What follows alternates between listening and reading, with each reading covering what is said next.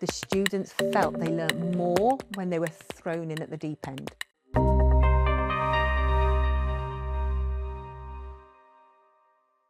Hello, I'm Myra Evans and welcome to another edition of HE Matters Vodcast. Today we're going to be talking about simulation as a bridge between the classroom and the world of work. We'll also tackle issues like student confidence, working in teams, and creating a safe place to make mistakes, while exposing students to that real-world experience. You join me today in the Bouwer Ashton studios, which were originally designed to mirror a working newsroom for students of journalism, media production and PR.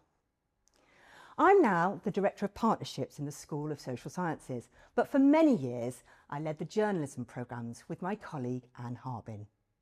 And I also led on setting up this simulation space.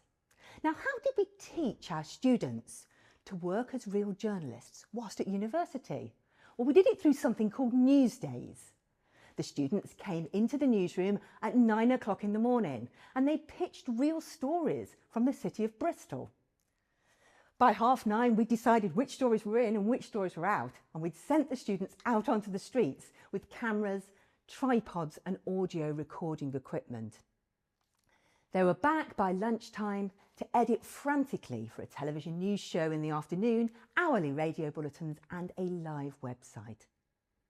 Now come with me into the studio and you'll be able to see what it's all about. Well, now you join me in the TV studio, which comes equipped with 3 static cameras and a green screen for special effects. Now on news days, students use this to put out their TV news show at the end of the day. But come with me over here and you'll see something called the gallery. It's a bit like a cockpit on a plane. And the director in the gallery literally does call the shots. But before we talk TV, let's go into the radio studio to meet Adam Hurd. Well, we're now in the radio studio where I'm joined by Senior Lecturer Adam Hurd. Hi, Adam. Hello there.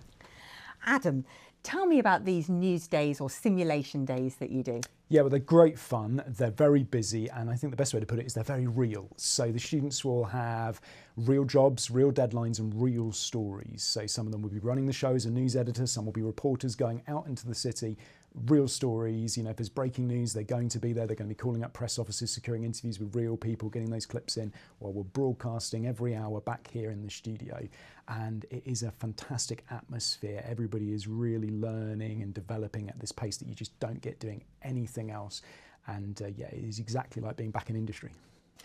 Funny you say that. You've worked in radio studios for a long time. How does the kit compare? Well, it is literally from industry. This entire room, this entire space was designed to replicate a studio that you might get at the BBC or with the, other facilities that are of a similar standard. And so there isn't anything that real industry has that we don't have here. It's exactly the same.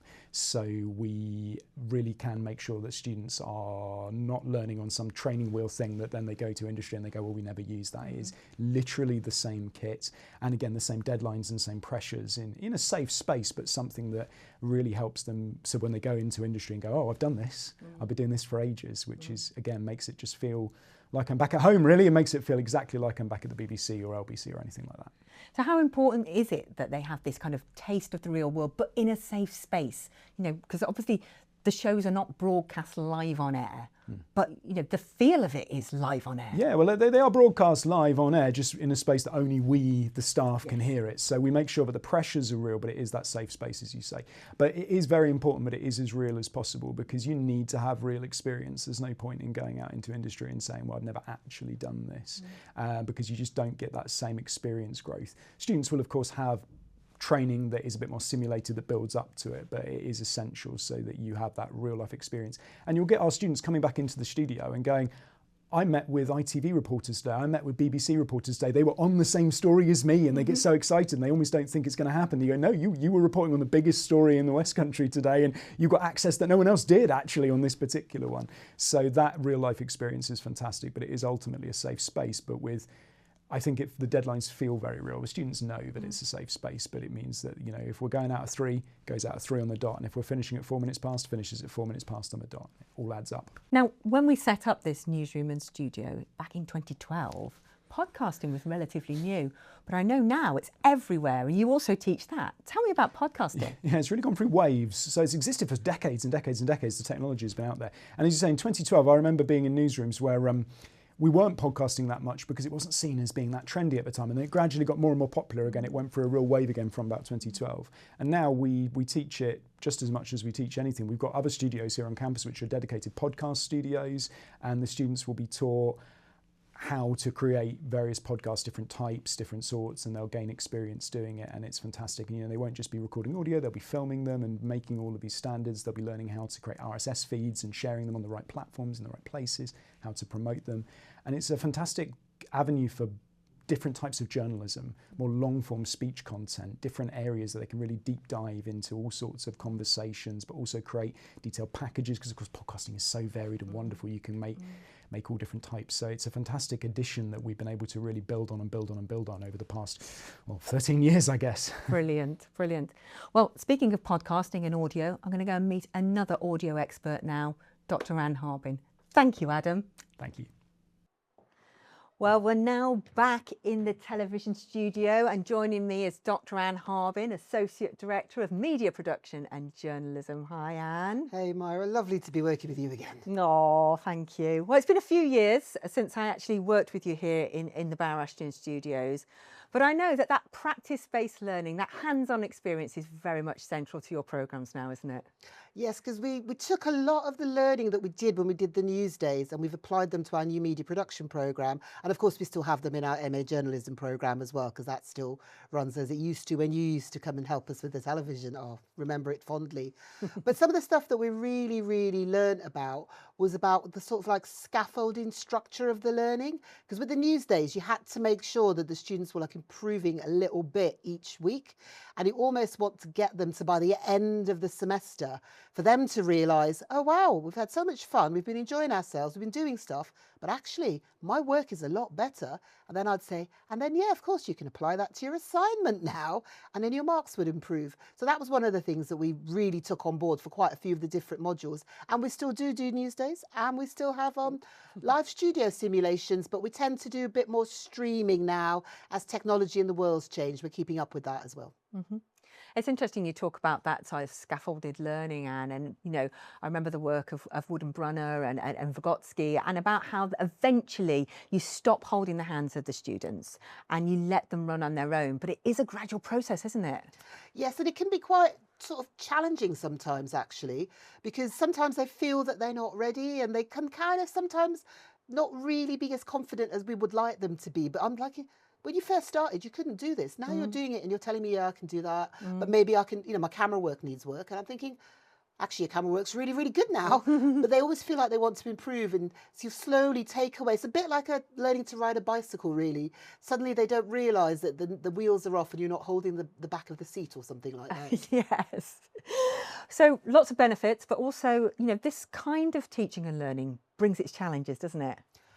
Yeah, I think one of the challenges, there's quite a few challenges, but one of the challenges we really found was kind of getting people out of their comfort zone, or getting people to make phone calls in this day and age can actually be a challenge. But also another one of the challenges we really found was the feedback, and how we structured the feedback and how we got the students to take on board the feedback. Because with large groups, sometimes they don't really take on board everybody's feedback, they're just listening to theirs. And we used an idea of one of your suggestions from back in the day, which was to get the students to give feedback to each other of the roles they were doing the following day. So lots of peer feedback was brought in as well. And as you know, Myra, in a newsroom, in the real world and in a simulation, things don't often go to plan, and sometimes things fall apart, and that can really affect the student confidence. True. So with the feedback, we also had to be really aware that when we're giving them the sort of formative feedback at the end of the day, that we're going to make sure there's a boost for confidence at the end, so it's structured really, really well, and they go away feeling maybe a bit tired, maybe they've done a lot of work, but actually feeling like, wow, yeah, I did learn something, I did achieve something. So they're like sort of two of the main challenges. it's a difficult balance, isn't it, between that exposure to the real world and giving them that real experience where they feel they're a working journalist or a media production specialist, and also that kind of creating a safe place to make mistakes, particularly if they're being assessed on the day as well. So they're very, very conscious of, oh, crikey, you know, my degree, my marks, my module marks. But equally, you want them to make mistakes because that's how they learn. Also, we want them to make a lot of mistakes where they learn off each other as well. So we want them to really do spend a lot of time stressing the teamwork and the bonding as well, because sometimes they feel like they're doing it on their own. But no, it's a team day. It's a team task. You're all part of the team, really.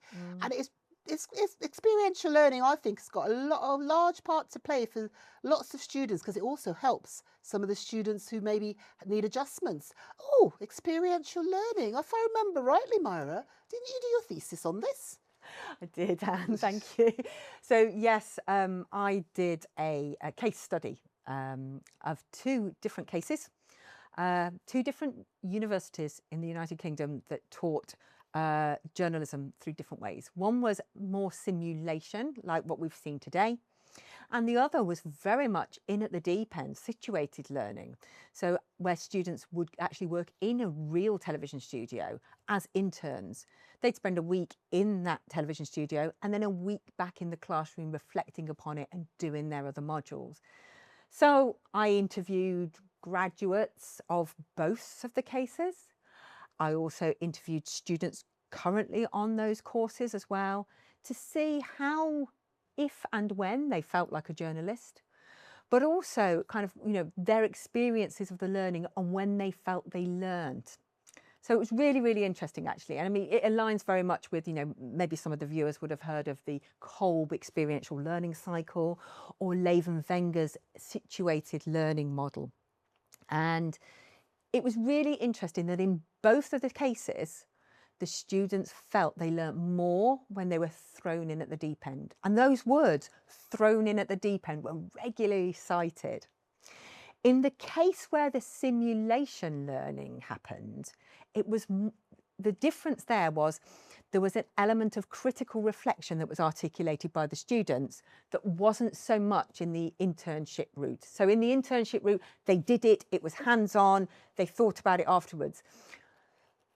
But with the simulated learning, there was a space embedded into that whereby theory could be embedded into practice, whereby they could see how some of the readings they might have done the previous week, what it really meant in practice. So there was a stronger sense of that kind of critical reflection as opposed to just reflection per se.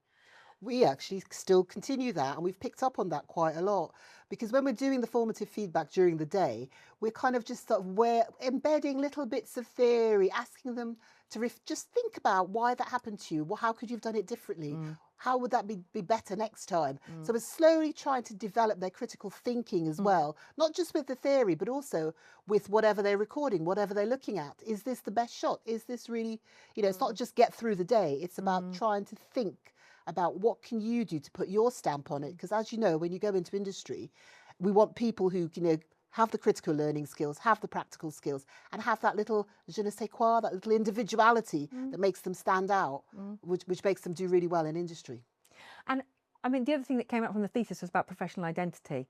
And both routes, the students felt like journalists, whether they were doing the simulated news days, like we do here, or whether they were actually really in a real newsroom, they felt like journalists. And that's quite important, isn't it?